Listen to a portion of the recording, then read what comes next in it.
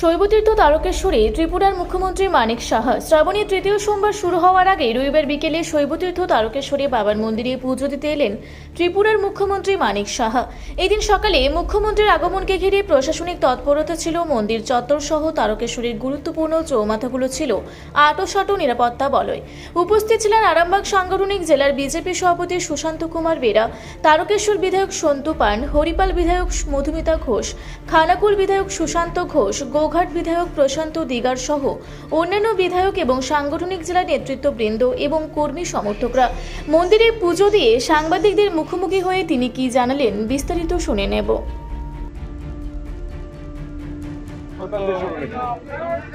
মানে খুশি লাগছে এবং খুব আনন্দিত যে বহু বছর পর আমি এখানে এলাম। ছোটবেলায় বাবার সাথে এসেছি, এখানে স্নানও করেছি, এখানে বাবা তারকেশ্বরের কাছে প্রার্থনা করেছি, মাথা টেকেছি এবং এখন পশ্চিমবাংলায় একটা আস্তিকের পরিবেশ এসছে। আগে নাস্তিকের পরিবেশ ছিল।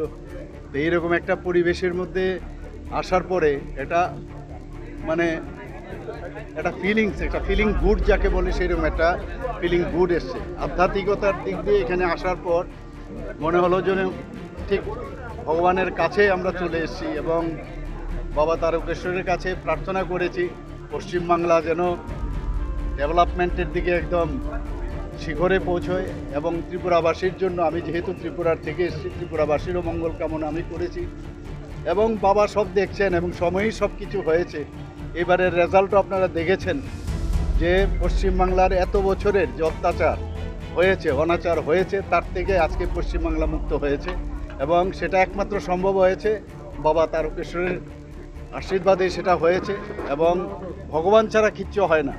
ওরা তো ভগবানকে বিশ্বাস করতো না, নাস্তিকে বিশ্বাস করতো। কাজে আমরা এইরকম একটা পরিবেশে এসেছি, আমার তো অত্যন্ত ভালো লাগছে। এখানে আমি এই যে দুধ পুকুর, সেখানে স্নানও করেছিলাম ছোটোবেলায়। এখানে এসেছি যেহেতু এখন শ্রাবণ মাস, ভিতরে ঢুকতে পারিনি, কিন্তু আরেকবার আমি আসবো এবং আপনাদের সবার মঙ্গল আমার ভগবানের কাছে প্রার্থনা করছি। শ্রাবণী ব্যবস্থাপনা সম্বন্ধে কি বলবেন? না, আমার এই সম্পর্কে কোনো আইডিয়া নেই। শ্রাবণী কি মেলা কীরকম হচ্ছে, নিশ্চয়ই ভালো হবে।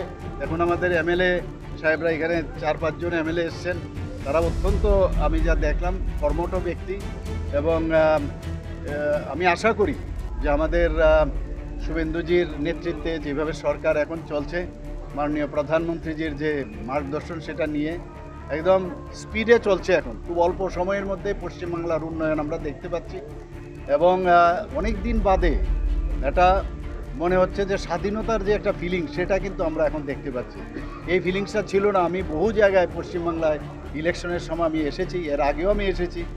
এইবার যখন ইলেকশন শেষে যখন ত্রিপুরায় চলে যায়, ত্রিপুরার থেকে যখন ভোট টেকিং সিরিমনিতে আমি যখন এলাম সেই ব্রিগেড প্যারেড গ্রাউন্ডে, এয়ারপোর্টে নেবে আমার মনে হচ্ছে যে দেশ স্বাধীন হয়েছে, বাংলা আবার স্বাধীন হয়েছে।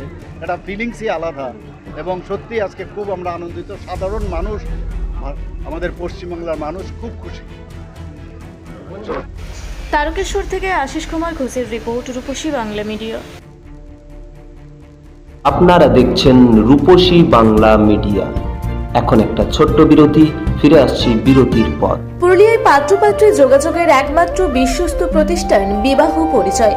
আপনার মনের মতো জীবনসঙ্গী খুঁজতে পাশে রয়েছে বিবাহ পরিচয়।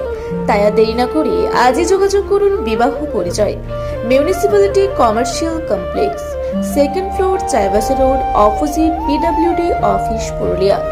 মোবাইল নম্বর 9232440272। ফিরে এলাম বিরতির পর। আপনারা দেখছেন রূপসী বাংলা মিডিয়া।